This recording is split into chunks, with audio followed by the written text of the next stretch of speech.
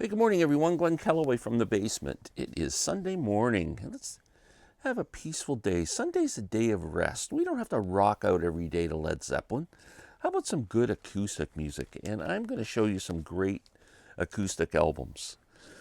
Uh, all amazing as far as I'm concerned. Let's start with this one. This came out in 2020.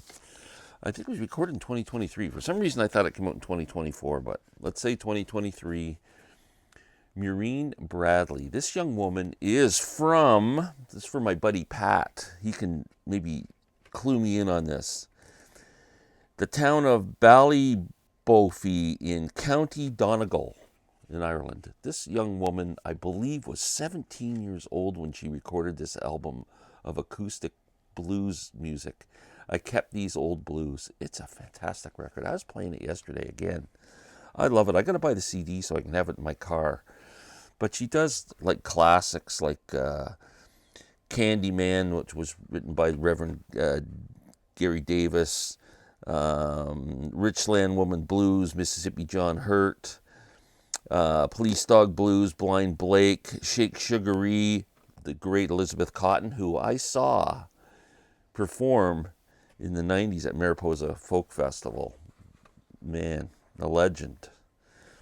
Staggerlee, which is a Mississippi John Hurt song. More Mississippi John Hurt. She seems to love that dude. And Freight Train by Elizabeth Cotten. Just a great, great album. She's got a great voice. Fantastic stuff. I highly recommend you check it out. I can't see anyone not liking this record. It is fantastic. It sounds amazing. I can hardly wait for her next one.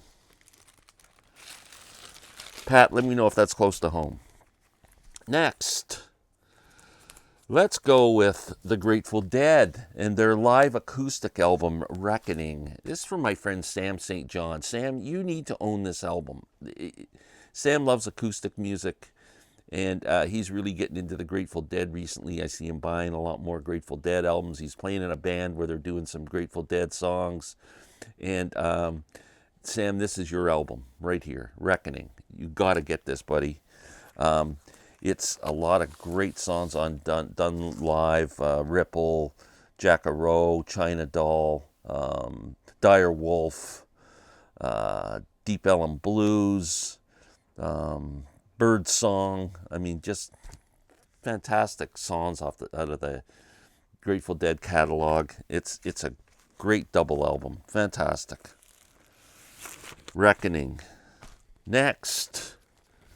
We'll stick with that San Francisco scene a little bit. Jorma Kaukonen, who was the lead guitar player in Jefferson Airplane, started out as more of a folky blues acoustic type musician and went back to that genre after, he formed Hot Tuna with Jack Cassidy, where they did electric and acoustic stuff. But at some point, Jorma came out with this album called Qua. It came out on Record Store Day. There's the blurby thing when it came out. Record Store Day. I wish I could remember the year. It's probably like 2000 and it must be 10 years ago. Official Record Store release, remastered from the original tapes. Yellow red, split vinyl, hand numbered edition of 500. This is number 94. Beautiful looking vinyl. Sounds great. Qua is the name of the album. He partnered up with a gentleman by the name of Tom Hobson on this album. That's Tom. There's Jorma. Amazing guitar player. Jorma's got a lot of great albums out. The opening track on this album is called Genesis. Give that a listen. It's beautiful. And if you want to, I'm obsessed with Widespread Panic. They do an incredible version of Genesis, and there's a video online of John Bell from Widespread Panic and Jorma doing the song together acoustically, which is really cool too. Great album, Qua. Highly recommend. Next, Canadian, Bruce Coburn. This is my favorite Bruce Coburn album. What a great guitar player, great songwriter. he's put out so many albums. I don't know how many albums Bruce Coburn has album, but it's amazing. Some people might want to call that Bruce Cockburn, but it is Coburn, trust me. This is my favorite, Dancing in the Dragon's Jaw. There was a couple of big hits off of this. In Canada, I'm not sure if the States, they Wondering Where the Lions Are was huge. And I think that's the big track. But this is a great album all the way through. Fantastic. My friend Sam St. John again. I'm talking to you, Sam. You'd love that album.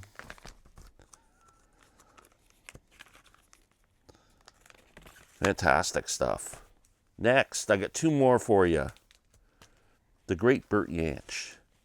I'd heard the name Bert Yanch forever and ever and ever. And when I saw Neil Young in 2014,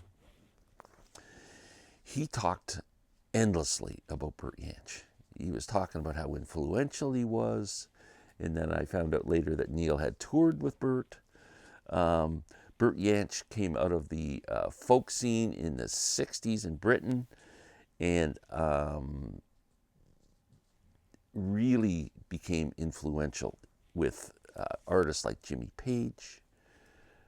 Black Mountain Side off of Led Zeppelin 1 is a total rip-off of a Bert Yanch song.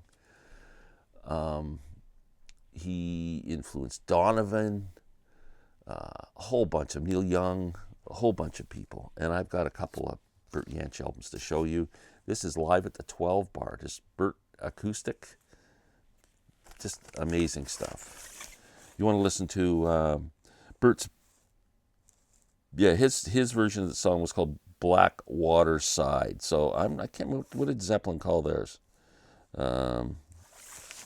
Fantastic. That's a great album. Bert Yanch, A Rare Conundrum, another beautiful album. And his partner in crime from the band Pentangle was John Renbourn, two great guitar players. They put albums out together. This is Renbourn and Yanch. Fantastic. This is a double album of all just incredible acoustic music. I bought this for $10. The side 4 is scratched, so I only got 3 sides of music to listen to, but for $10, it was worth it. Last but not least, an album that came out last year. I think it might have been my album of the year if I had known about it sooner. Woodland Studios, the great Gillian Welch, or Gillian Welch, I think it is, and her husband Dave Rollins. Wow, what an album. This album sounds incredible. It's one of those albums where you're closing your eyes and you can imagine the artists are in the room with you. It's just so, just realistic, I guess you call it. I don't know what you call it. So good. I mean, fantastic. Songs are all great. It's all acoustic. Amazing album, Woodland Studios. That's my picks for great acoustic albums for a calm and serene Sunday. So let's keep it that way. Thanks for watching. Have a good day.